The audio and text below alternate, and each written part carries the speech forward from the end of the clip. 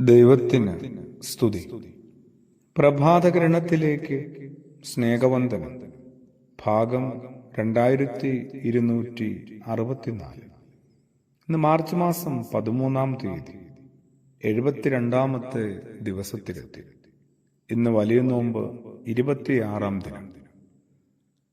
ഈ നോമ്പിന്റെ നാളുകളിൽ ഓരോരുത്തരും അവനവന്റെ ഉള്ളിലെ ദൈവവിശ്വാസത്തിന്റെ മാറ്റും ശുദ്ധിയും ഒക്കെ ഒന്നുകൂടി ഒന്ന് തിരിച്ചറിയുകയും ഉറപ്പുവരുത്തുകയും ചെയ്യണ്ടേ. ഒരു പരിശോധന വേണമെന്ന്. എന്തായാലും വിശ്വാസത്തിന്റെ മാറ്റ് പരിശോധിക്കാൻ 3 കാര്യങ്ങളെ പരിഗണിക്കേണ്ടിയിരിക്കുന്നു. ഒന്ന് പ്രാർത്ഥനയാണ്, രണ്ടാമത്തേത് കാത്തിരിപ്പാണ്.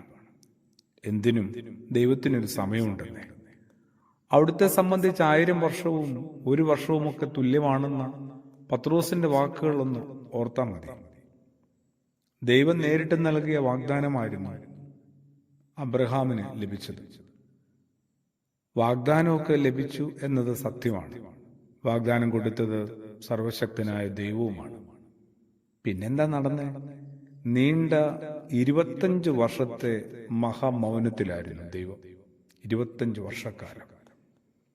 അതിലെ 10 വർഷം കാത്തിരുന്ന് മടുത്തപ്പോഴാണ് സാറ പറയുന്നുണ്ട് ഹാഗാറിൽ നിന്ന് സന്താനങ്ങളെ ജനിപ്പിക്കാൻ. പറച്ചിൽ മാത്രമല്ല, നിർബന്ധിക്കുന്നുണ്ട്. വീണ്ടും ഒരു 15 വർഷത്തെ കാത്തിരിപ്പിന് ശേഷമാണ് ദൈവവാഗ്ദാനം നിറവേറ്റുന്നത്.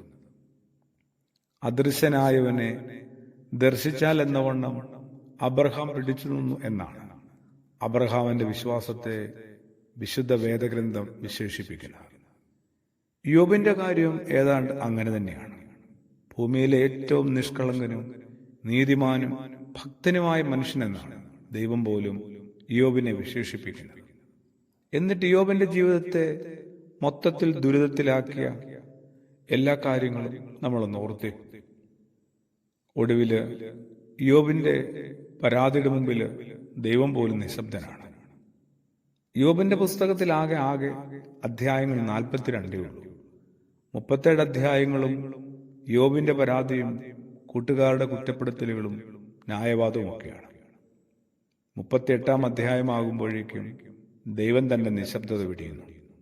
പിന്നെ ആരാണ് നിശബ്ദനാകുന്നത്? യോബാണ്. ഒടുവിൽ ദൈവം പിൻവലിച്ചതെല്ലാം ഇരട്ടിയായി തിരികെ നൽകുകയാണ്.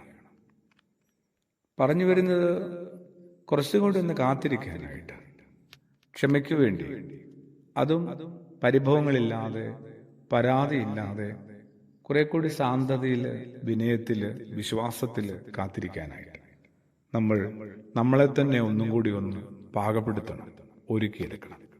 ഈ നോമ്പിന്റെ ഓരോ ദിനവും അതിനു വേണ്ടിയിട്ടും കൂടിയാണ്. ആമേൻ.